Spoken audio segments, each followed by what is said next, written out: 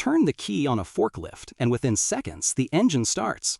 For this, a small electric motor has to overcome engine compression, rotate the crankshaft, move the pistons, and get the entire engine turning fast enough to start. That job belongs to the starter motor. Hello everyone, welcome back to the Lift Parts Warehouse channel.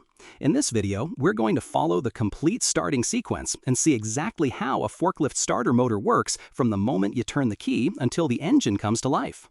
The starter motor is a high-torque electric motor mounted directly to the engine block housing near the flywheel. Its job is simple: convert electrical energy from the battery into mechanical rotation powerful enough to turn the engine crankshaft. Without a starter motor, every forklift operator would have to crank the engine by hand, as operators did over 100 years ago. Modern forklift engines require far too much torque for that. A typical forklift engine can reach compression pressures exceeding several hundred psi in each cylinder. Before the engine can start producing its own power, something has to force the pistons through their compression strokes. That something is the starter motor. The starter motor operates for only a few seconds at startup, but during that time, it becomes one of the largest electrical loads on the entire machine. Before we follow the starting sequence, let's identify the major components. The first component is the electric motor itself. Inside the housing are the armature, field magnets or field windings, brushes, and commutator. These parts work together to convert electrical current into rotational force. Mounted on top of the starter motor is the solenoid. Many people think the solenoid is simply an electrical switch. It is actually doing two jobs at the same time. First, it acts as a heavy-duty electrical relay capable of handling hundreds of amps. Second, it physically pushes the starter pinion gear into the flywheel before the motor begins spinning. At the front of the starter is the pinion gear. This small gear temporarily meshes with the large ring gear attached to the engine flywheel. Between the motor and pinion gear is an overrunning clutch, sometimes called a one-way clutch. This component protects the starter motor after the engine starts. Many modern starters also contain a planetary gear reduction assembly that multiplies torque before power reaches the pinion gear. Now let's see how all these parts work together.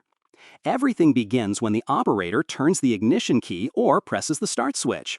At this moment, a relatively small electric current flows from the battery to the starter solenoid. Notice something important here. The ignition switch is not directly powering the starter motor. If it did, the switch would have to handle hundreds of amps of current. The switch would need massive contacts and extremely heavy wiring. Instead, the ignition switch only powers the solenoid. The solenoid requires very little current to operate. Think of it as a remote-controlled high-current switch. A small current activates the solenoid, and the solenoid controls the much larger current required by the starter motor. Inside the solenoid is a coil of wire wrapped around a steel housing. When electrical current flows through this coil, it creates a strong magnetic field.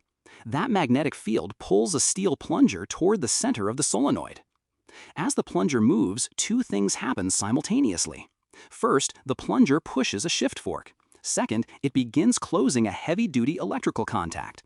Both actions are critical. Without either one, the starter motor cannot function properly. The shift fork is connected directly to the starter pinion gear.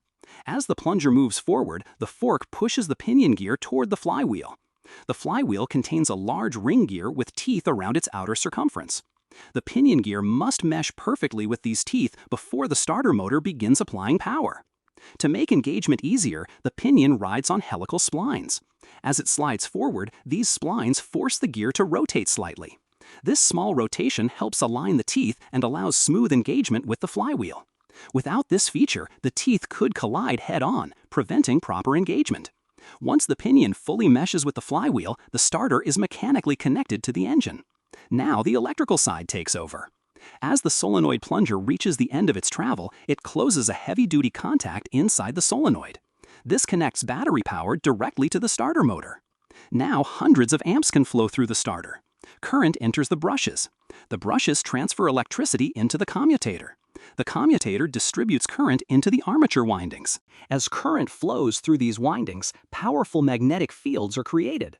These magnetic fields interact with the permanent magnets or field windings inside the starter housing. The result is rotational force. The armature begins spinning rapidly. Although the starter motor spins very fast, speed alone won't crank an engine. the engine requires torque. This is where gear reduction becomes important. Many modern forklift starters use a planetary gear reduction system. Inside the planetary gear set are a sun gear, planet gears, and a ring gear. The gear set reduces rotational speed while multiplying torque. In many designs, the planetary gears can increase output torque by 6 to 9 times. The pinion gear then drives the much larger flywheel ring gear. Because the flywheel gear is dramatically larger than the pinion gear, another stage of gear reduction occurs. Combined together, these gear reductions create enough torque to rotate the crankshaft and overcome engine compression. As the flywheel rotates, the crankshaft rotates. As the crankshaft rotates, the pistons begin moving inside the cylinders. The intake, compression, power, and exhaust events begin occurring. The fuel system starts delivering fuel. The ignition system begins producing a spark. Or, in diesel forklifts, fuel begins entering the cylinders at the proper moment. Eventually, combustion begins. For the first time, the engine starts generating its own power. At this point, the engine no longer needs assistance from the starter motor. But now a new problem appears. The engine is suddenly spinning much faster than the starter motor. Without protection, the engine could destroy the starter. This is where the overrunning clutch becomes critical. At startup, the clutch engages and transfers power from the starter motor to the flywheel.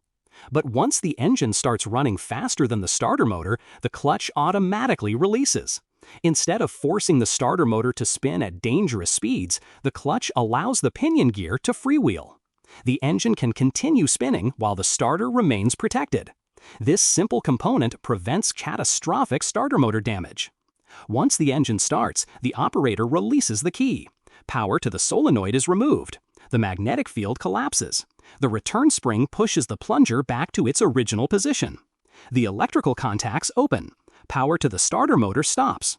The shift fork retracts. The pinion gear disengages from the flywheel. The starter motor is now completely disconnected from the engine. The engine continues running on its own power. At the same time, the alternator begins recharging the battery energy that was used during startup. When a starter motor begins to fail, the symptoms are often easy to recognize. A single click when turning the key may indicate a faulty solenoid or insufficient battery power. Rapid clicking often points to a weak battery or poor electrical connections. A grinding noise can indicate damaged flywheel teeth or starter pinion damage. A starter that spins but does not crank the engine may have a failed overrunning clutch. The next time you turn the key on a forklift, remember what happens behind the scenes. It's a process that lasts only a few moments, but it involves some remarkably clever engineering. If you need replacement starter motors, solenoids, flywheel ring gears, batteries, or other forklift engine components, Lift Parts Warehouse carries parts for a wide range of forklift makes and models. Visit Lift Parts Warehouse to find the parts you need and keep your equipment running reliably every time.